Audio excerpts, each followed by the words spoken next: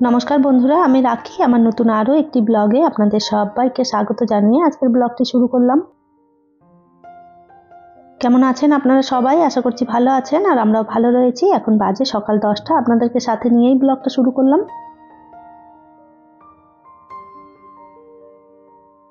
সকালে টুকটাক কাজ করেছি আর নাস্তাটাও বানিয়ে ওদেরকে দিয়ে দিয়েছি, আর এরপর চলে এলাম গাছগুলোতে একটু জল দেবো। আর এই তো দুদিন পর পর গাছগুলোতে এখন জল দেওয়া হয়, খুব একটা জল সেরকম এখন আর দরকার হয় না। গরমের দিন যেমন দুবেলা করে প্রত্যেক দিন জল দিতে হয়, আর এখন কিন্তু দুদিন ছাড়াই একবার জলটা দিয়ে ফেলি। আর এই তো গাছে জল দিয়ে তারপরে এরপরে চলে এলাম বিছানার চাদরগুলো একটু ঠিকঠাক করে নেব। আর রাত্রেবেলা যে সমস্ত জিনিসগুলো ঢাকা নিয়েছিলাম সেগুলোও সব বেডের উপরেই রয়েছে। আর এগুলো কিন্তু বেডের উপরে এভাবে থাকলে দেখতে খুবই বাজে লাগে।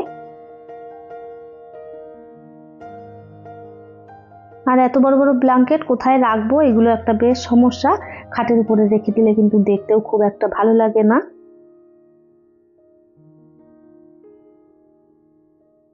আর এই বেড কভারটা চেঞ্জ করে দিয়ে তারপরে আবার একটা ধোয়া কাচা চাদর আর কি পেতে নেব। এটা বেশ একটু নোংরা নোংরা হয়েছে দেখলাম, সেই জন্যই আর কি তুলে দিলাম।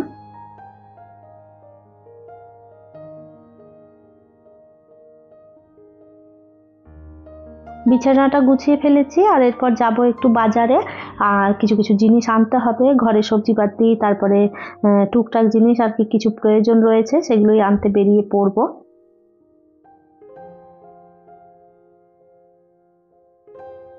আর খুবই তাড়াতাড়ি যাব আর আসবো, কেন এসে আবার দুপুরে রান্নাটাও বাকি রয়েছে। তো এই যে এখন সকালবেলা যদি এই টাইমে কোথাও বেরোনো হয় তাহলে আবার দেখা যায় কাজের অনেকটা দেরি হয়ে যায়।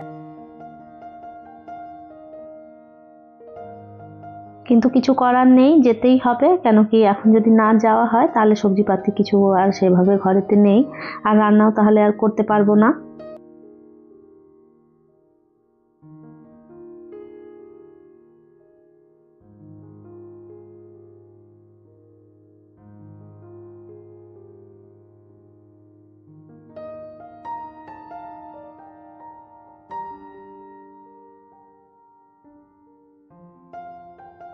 আর এই তো বাজার থেকে ঘুরে চলে এলাম আর সমস্ত জিনিসপত্র কিনে নিয়ে চলে এসেছি। আর এই যে এখানে কত তাজা তাজা ফুল কিনেও নিয়ে এসেছি। এর আগের দিন রজনীগন্ধা আর গোলাপ নিয়ে এসেছিলাম, আর আজকে নিয়ে এসেছি চন্দ্রমুখী আর গোলাপ।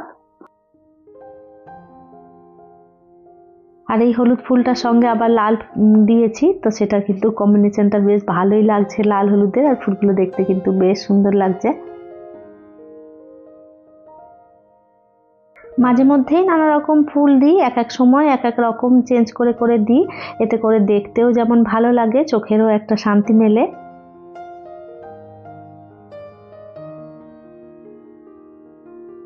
আর এই যে এর মধ্যেও কিছু ফুলের পাপড়ি আগের দিন যেগুলো নিয়ে এসেছিলাম একটু একটু শুকিয়ে গেছিলো, সেই পাপড়িগুলো এইটার মধ্যে দিয়ে দিলাম।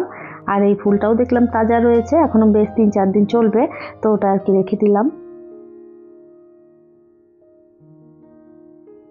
আর আগের দিনের যে কটা মাছ নিয়ে এসেছিলাম সব মাছগুলোই মারা গেছে একটা একটা করতে করতে। আর একদম দেখলাম খালি হয়ে গেছে, আর খালি অ্যাকোরিয়ামটা দেখতে কিন্তু ভীষণই খারাপ লাগছে। সেই জন্য আজকে একটাই মাছ নিয়ে এসেছি, একটু বড় দেখে নিয়ে এসেছি, কিন্তু একটাই রেখেছি। আর 2-3টে রাখলে সমস্তটা একসঙ্গে মারামারি করে নিজেরা নিজেরাই মারা যায়। আর ওইদিকে যে জিনিসগুলো নিয়ে এসেছিলাম টুকটাক করে সবটাই তো রাখলাম ঠিক করে। আর এরপরে এই যে কিচেনে চলে এলাম, টুকটাক জিনিস যেগুলো এনেছি ওইগুলো একটু ধুয়ে নেব। বিবেক কিন্তু সব ধরনেরই ফল খেতে খুব পছন্দ করে, আর ওর জন্যই আমাকে এই ফলগুলো কিনে আনতে হয়। ও টিভি দেখে আর বসে বসে খেতে থাকে। আর এই যে ফলটা সমস্ত ধুয়ে আর কি রেখে দিলাম জায়গা মতন। আর এরপরে এই যে সবজি যেগুলো নিয়ে এসেছি সেগুলোও আর কি রেখে দিয়েছি, এখন তো আর গোছানোর সেভাবে সময় নেই। তবে রান্না করতে গেলে এই যে কাঁচা লঙ্কা, ধনেপাতা, এগুলো তো আমার প্রয়োজন, তো সেই কারণে এই জিনিসগুলোই একটু ধুয়ে নিচ্ছি। অনেকটা দেরি হয়ে গেছে, রান্নাটাও করতে হবে, সেই জন্য আর ধোয়াধুয়ির ঝামেলাতে আর গেলাম না। যেগুলো রয়েছে থাকুক, পরে যখন সময় হবে তখন আবার গুছিয়ে রেখে দেব।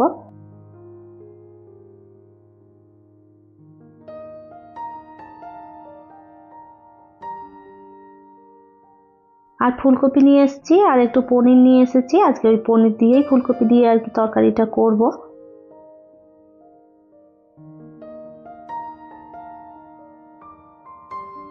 সকালবেলায় খাবার করে রান্নাঘরটা সেভাবে গুছিয়ে যেতে পারিনি, আর সমস্তটাই ছড়ানো ছিটানো রয়েছে। তো আগে ভাবলাম একটু ভালো করে ক্লিন করে নিই রান্নাঘরটা, তারপরেই আর কি রান্নাটা বসাবো।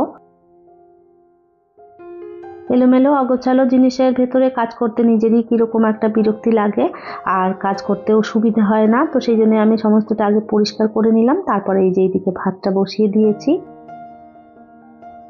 ভাতটা এদিকে যতক্ষণে হচ্ছে ততক্ষণে ওইদিকে কাটা বাটা যেগুলো রয়েছে সেগুলো সমস্তটা গুছিয়ে নিয়ে তারপরে রান্নাটা শুরু করব। আর এই যে ভাতটাও হয়ে গেছে, আর এদিকে রান্নার অর্ধেকটা জিনিস আর কি গুছিয়ে নিয়েছি। সমস্ত ফুলকপি আলু এগুলো সব ভেজে নিয়েছি, আর এরপরে এই যে তরকারিটা বসিয়ে দিলাম। ফুলকপি আলুটা তো আগে থেকে ভেজে নিয়েছিলাম, তার সঙ্গে পনিরটাও একদম ভেজে নিয়েছি। আর এইদিকে মশলার ভেতরে দিয়েছি আদা রসুন লঙ্কা পেঁয়াজ আর টমেটো, আর দিয়েছিলাম একটু পোস্ত আর কাজু। সমস্তটা দিয়েই একবারে পেস্ট করে নিয়েছি। আর ভালো করে মশলাটা কষিয়ে নিয়ে নুন হলুদ সব দিয়ে দিয়েছি। আর এরপরে এই যে ভেজে রাখা ফুলকপিটাও দিয়ে দিলাম। তারপরে আর একটু ভালো করে কষিয়ে নিয়ে এরপরে এর মধ্যে জল দিয়ে দেব।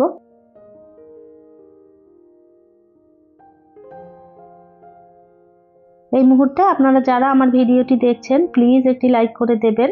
আর আমার ভিডিওর কোনো অংশ যদি আপনাদের ভালো লেগে যায় কমেন্ট করে জানাতে ভুলবেন না। আর এই ধরনের ভিডিও যদি আপনারা আরও দেখতে চান চাইলে কিন্তু আমার চ্যানেলটিকে সাবস্ক্রাইব করেও রাখতে পারেন। আর যারা কাজটি অলরেডি করে রেখেছেন তাদের অসংখ্য ধন্যবাদ।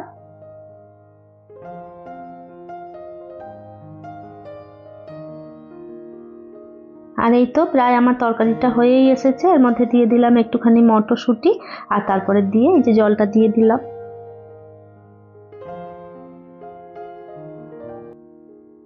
জল দেওয়ার পর বেশ কিছুক্ষণ হতে দিয়েছিলাম, আর একটু আলুটা আর ফুলকপিটা ভালো করে সিদ্ধ হয়ে যাওয়ার পরই এর মধ্যে পনিরটা দিয়ে দিয়েছি। আর এই তো মোটামুটি হয়েই এসেছে। আর এরপরে এই যে একটু ধনেপাতা দিয়ে আর কি নামিয়ে ফেলবো।